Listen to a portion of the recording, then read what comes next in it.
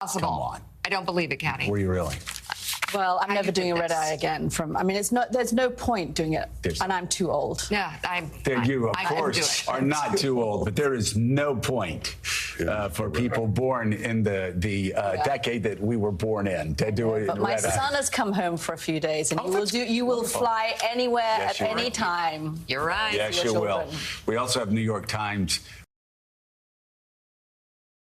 Washington Bureau Chief Elizabeth Bumiller. We're so happy to have her here as we go over polls and talk about the difference between the New York Times Siena poll and every other poll. From the Bulwark.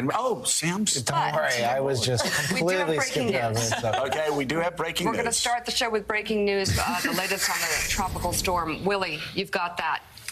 Yeah, it is now a tropical storm. Helene downgraded this morning after a hurricane after making landfall in Florida as a Category 4 storm. Right now moving farther inland over Georgia. Helene is the strongest hurricane ever to hit Florida's Big Bend region. NBC News senior national correspondent Tom Llamas is in Perry, Florida with the latest. Good luck, everybody.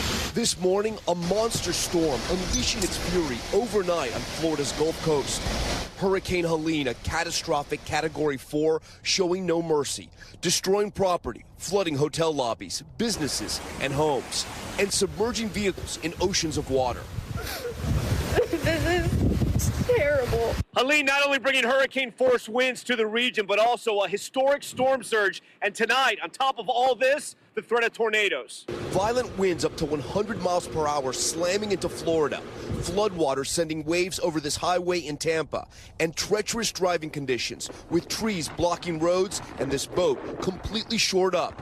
Unsurvivable storm surge transforming neighborhoods with chest-high water in some areas and homes completely flooded inside, leaving this man to take refuge in a kayak, and torrents of water slamming into bridges as well, turning roads into rivers. All of it inundating towns right in the center of Florida's Gulf coastline. I've worked here in this organization for 21 years. These are the highest surge numbers I've ever seen. And this moment lighting up the night sky, showing what appears to be a possible transformer exploding in St. Petersburg. The storm leaving more than 1 million customers without power across the region. Tampa General putting up an aqua fence in place to keep the water at bay, and it held up. In this backpack, I have... Some on Florida State's campus in Tallahassee forced to shelter in place. We're going to be awake through the night watching this through the window. The overnight landfall of Helene challenging for rescue teams, forced to save lives in the dark. As many as 40 people pulled from the rising water in Pasco County.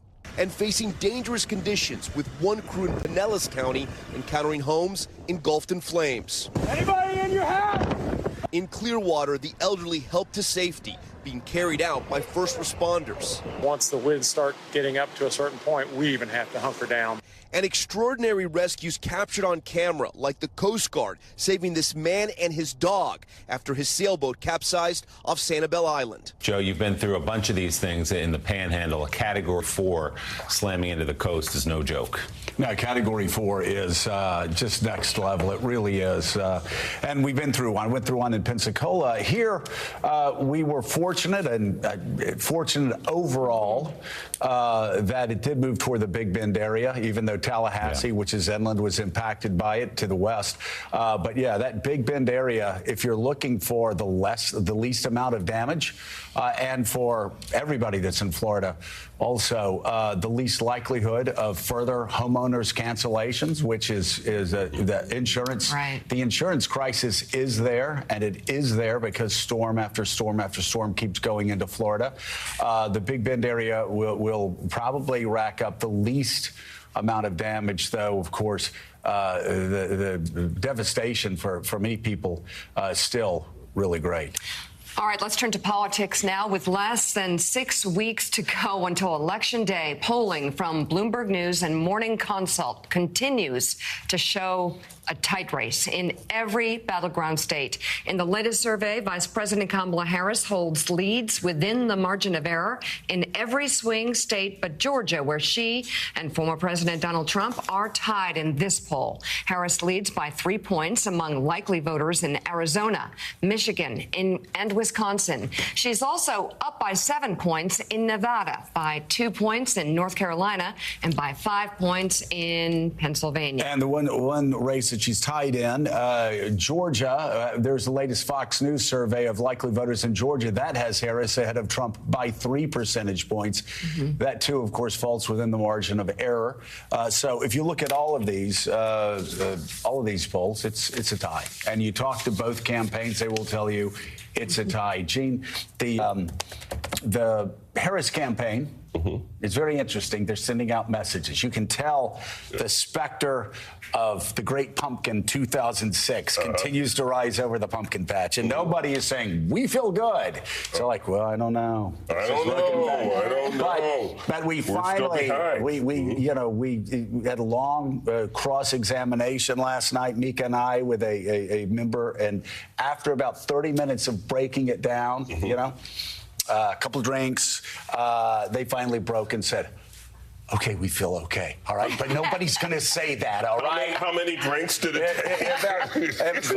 For them, two or three in, and a spotlight on top of them. It was really, chained to a chair, a metal chair.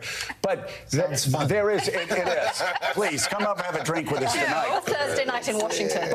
But seriously, they are so scared. Because what happened in 2016 when everybody was mocking Donald Trump. Who doesn't have PTSD? I know. So you talk to somebody in the Harris campaign, and you have to go deep to find somebody who admit polls are kind of breaking in our favor. And here shows again, except for one poll, which I won't name, the trend lines have been fairly positive over the past month. No, they've been positive. But If you look at the trend lines, you'd rather be Kamala Harris right now than Donald Trump. If you want to win this election, right? Because you look at the long-term trend line and you see that it has crept up, and then she's getting awfully close to that 50%. Right. And Trump is basically steady. He's basically got 45, 46%. Right. Punto, that's it. But he's overperformed his polls in some prior elections.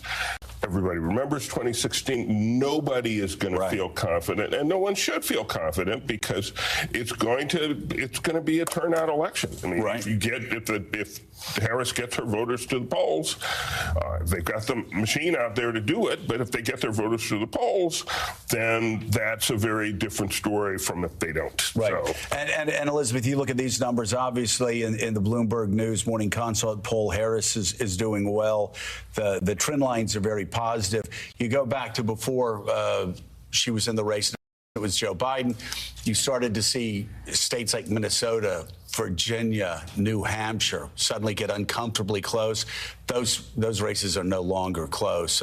Trump's basically turning the town off. So it really has. For those that say, it would be the same with Biden, things dramatically shifted. A major difference. And as Jane says, the trend line is up for her consistently.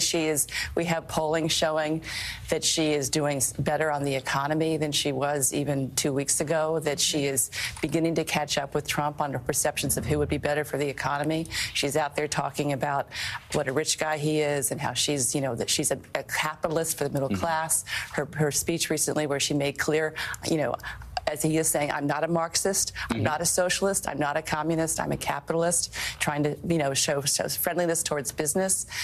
She's got a lot of these tax cuts, a lot of these plans for the young people, $25,000. I don't know where she's going to get the money for this, but she's talking about this $25,000 credit for first-time home buyers, $50,000 for startup new businesses. So she's beginning to make inroads there. But I should say, yes, there's a lot of concern about these hidden Trump voters. I can tell you that there are more newly registered Republicans this cycle than there are registered Democrats, despite the stories we've been running about all the college kids signing up.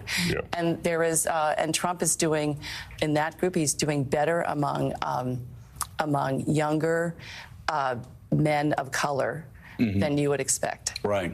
And Katie, the one thing that we have heard from the Harris campaign, even those that will be cautiously optimistic, is that Pennsylvania is the new Ohio. Pennsylvania has had a surge in Republican registration over the past 4 years. So they still believe they can and will win Pennsylvania, but they feel good about Michigan. They feel good about Wisconsin, relatively good.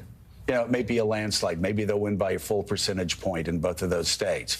But in Pennsylvania, they know it's going to be a fight, and it's going to be a fight because she's doing better, much better among women and most young voters, but older white men, just like people thought after Biden left the race, more of a challenge, pulling them to vote against Trump again. Yeah, I mean, older white men and actually younger white men too, also a bit of a challenge. I mean, that number they'll like a lot, up +5 in Pennsylvania, because you're right, it's the new Ohio, it's the new Florida, it's the state where they see they have the most problems. And of course, then either the concern or the upside, depending on how you look at this from the Harris campaign's point of view, is that Pennsylvania, Michigan and Wisconsin people think will break the same way. That's what they've done traditionally ever since 1980. I think there's one exception.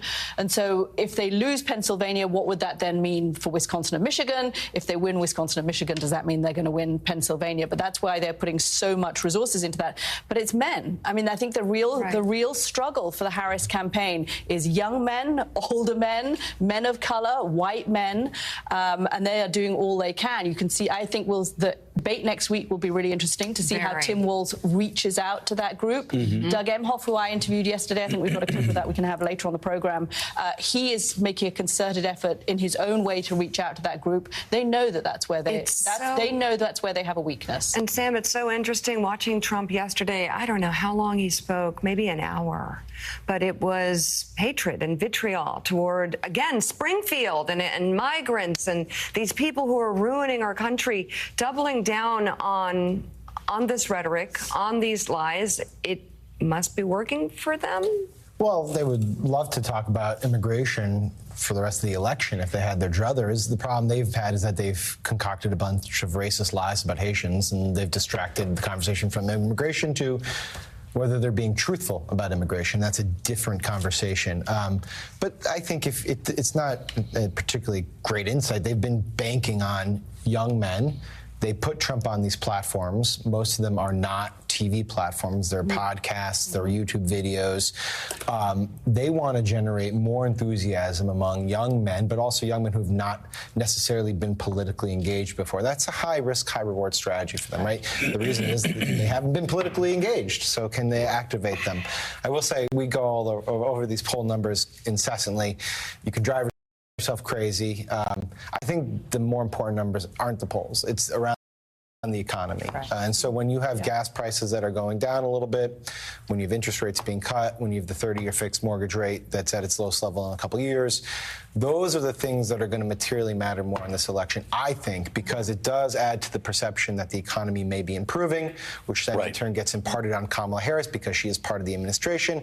And I thought the most important data point and story yesterday was, in fact, from your paper, which looked at that the view of voters in terms of her ability to handle the economy, which is usually correlated to the election, and she isn't making improvements there. If she can get to a tie with Trump or even better him, I think that is way more important than any Bloomberg Morning Consult poll. You don't like Bloomberg Morning Consult? I like them. I do. I will say, just to circle it all here, this morning they put out, the Harris people put out a fundraising email, and they chose a certain poll to highlight. It was the New York Times Siena poll, because they love the idea of people freaking out, because then they can write checks. Let me tell you, I joke about the New York Times Siena poll, but I think the Democrats are actually funding the polling. They love it. Because every time one comes out, every Democrat freaks out.